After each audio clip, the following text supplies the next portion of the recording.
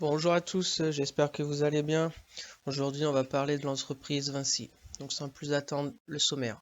En petit temps, on fera la présentation de l'entreprise. En deux, l'analyse fondamentale de Vinci. En trois, l'analyse technique. Et on finira par une petite conclusion où je vous ferai voir mes positions sur Vinci. Alors, bien sûr, je ne suis pas un conseiller financier. Mon avis dans cette vidéo ne représente pas un conseil d'investissement. Elle est juste réalisée à but pédagogique. Chaque investisseur doit avoir sa propre stratégie. Investir en bourse représente un risque. Vous êtes le seul responsable de vos achats et ventes d'actions. Donc, Vinci est le numéro 1 mondial des prestations de construction, de concession et de services associés. Au niveau de la répartition du chiffre d'affaires, donc il y a Vinci Construction avec 31,1%. C'est ce qui concerne la conception et la construction d'ouvrages, notamment dans le domaine du bâtiment, du génie civil et de l'hydraulique. Ensuite, il y a Vinci Énergie avec aussi 31,1%. C'est tout ce qui est conception, réalisation et maintenance d'infrastructures d'énergie et de télécom. Ensuite, il y a Eurovia avec 21,8%. C'est la construction, la rénovation et l'entretien des infrastructures de transport, tout ce qui est route, autoroute et voies ferrées. Et ensuite, il y a Vinci Concessions avec 13,3%.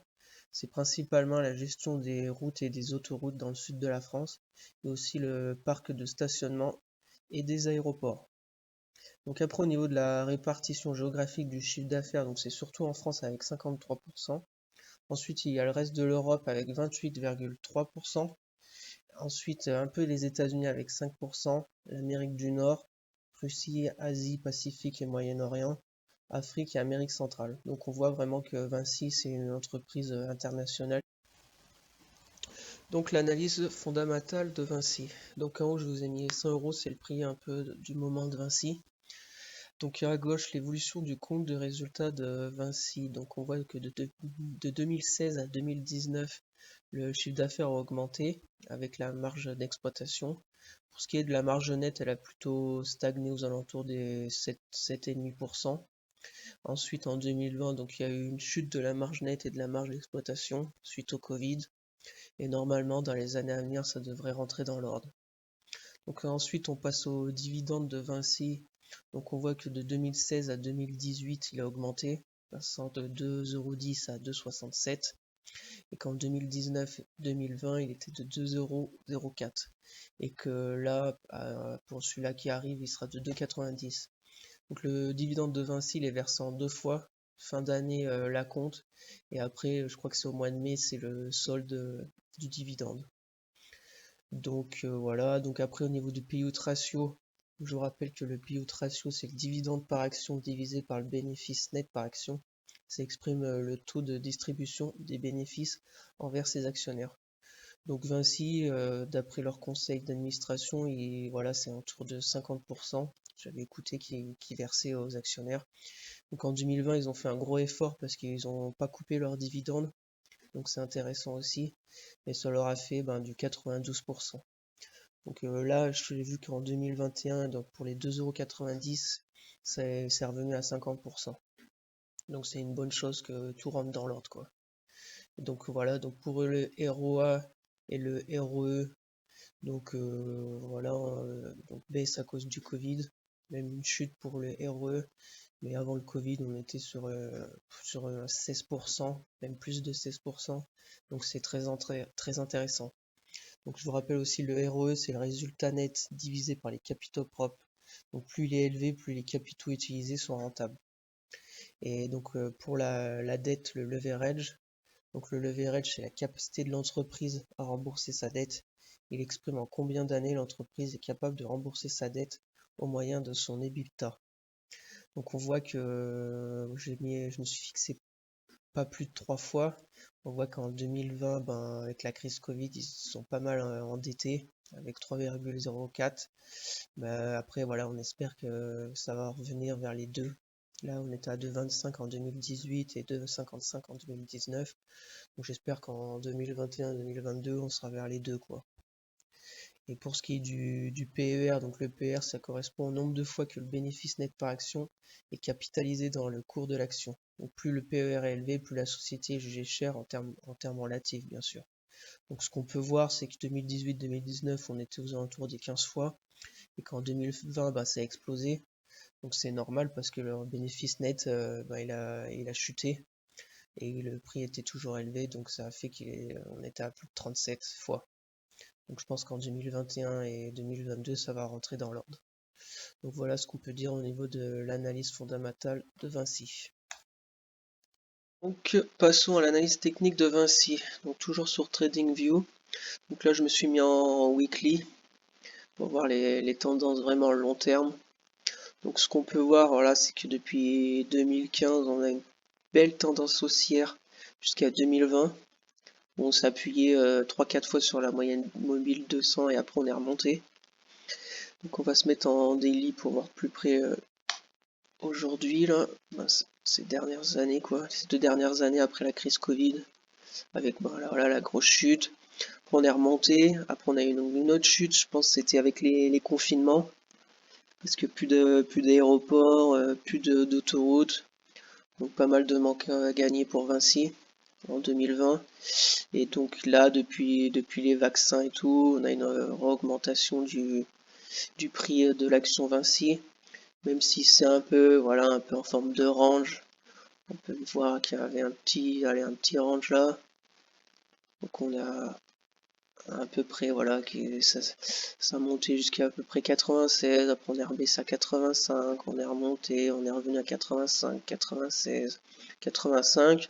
Là, ces derniers jours, depuis début janvier, on a bien augmenté. Là, on est revenu faire un petit pullback sur les 96 et là, on augmente aussi. Donc là, on est vers les 100 euros. On voit qu'avant le Covid, on était vers les 105 euros. Donc je pense qu'on va y arriver sans problème vers les 105 euros. Après, voilà, on va peut-être faire un petit rebond pour repartir à la hausse. Si tout rentre dans l'ordre au niveau du Covid, quoi. Donc après, je vous rappelle mes lignes verticales, c'est les jours où j'ai repris des actions Vinci. Donc au mois de juin, septembre et décembre. Donc là, pour la suite, je vais attendre de voir ce que ça donne. J'aimerais bien qu'elle rebaisse un peu, mais bon, je pense que si tout ce qui est aéroport et tout rouvre à l'international, ça se peut que voilà que le cours il augmente encore parce que c'est une grosse société, Vinci. Il n'y a pas de souci au niveau de leur chiffre d'affaires. Donc on va passer à la courbe de régression de Vinci. Donc je vous rappelle que c'est la ligne rouge qui fait un peu c'est un peu le prix de référence durant ces années quoi. Donc on voit que la courbe elle oscille entre cette ligne rouge avec plusieurs écarts types. Donc là on voit que Vinci ça a bien suivi à partir de 2010 un peu cette ligne rouge. Entre 2010 et 2015 on était un peu en dessous, après on est passé au-dessus et là on est un peu en dessous, même si là on va je pense la dépasser parce qu'elle est à peu près à 100 euros. Et voilà, donc on va être par ici, je pense, durant les années à venir, qu'on va remonter un peu au-dessus des 105 euros. Donc voilà, bon, c'est pas un outil magique, c'est pas parce qu'on est en dessous de la ligne rouge que c'est sûr que l'action va repasser au-dessus, hein. Mais c'est un outil que j'aime bien regarder. Donc pour conclure, au niveau de mes points positifs sur Vinci, donc c'est plutôt un dividende sûr. Donc parce qu'on a vu, voilà, en 2020, malgré la crise Covid, ils ont quand même maintenu leur dividende. Donc c'est intéressant en tant qu'actionnaire. Et voilà, une activité assez diversifiée avec tout ce qui est construction BTP, tout ce qui est concession d'autoroutes, les parkings, les aéroports et tout. Donc je pense que c'est assez diversifié. Et puis voilà, c'est un mastodonte du CAC 40. Je pense qu'elle est dans le top 15 en termes de capitalisation. Donc c'est une entreprise voilà, très, très solide. Donc au niveau de mon point négatif que j'ai un peu retenu, c'est un peu voilà, sa dette qui était un peu élevée, là, le leverage qui est passé à plus de 3 fois. C'est un peu dangereux, mais je pense que c'est dû à la crise du Covid. Je pense que ça va rentrer dans l'ordre. Et voilà, sinon il n'y a pas vraiment de gros points négatifs sur Vinci, hein. On sait très bien qu'elle va continuer à faire avoir du gros chiffre d'affaires dans les années à venir. Donc passons à mon PEA de chez Bourse Direct pour vous faire voir mes actions Vinci. Donc pour le moment j'en ai 4 avec un PRU de 89,80 €, une valorisation de 392 €, et une plus-value latente de un peu plus de 9%.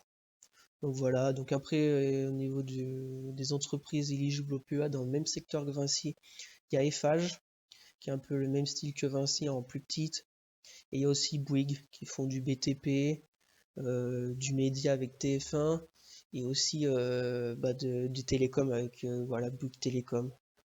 Voilà, après j'ai plutôt choisi Vinci par rapport aux deux autres pour son dividende, même si son rendement est un petit peu plus faible.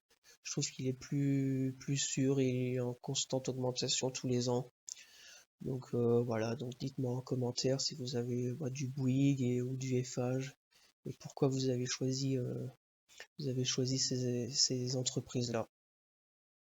Donc merci d'avoir suivi cette vidéo, j'espère qu'elle vous a été utile. N'hésitez pas à vous abonner, à partager et à commenter, voilà, pour qu'on échange sur Vinci.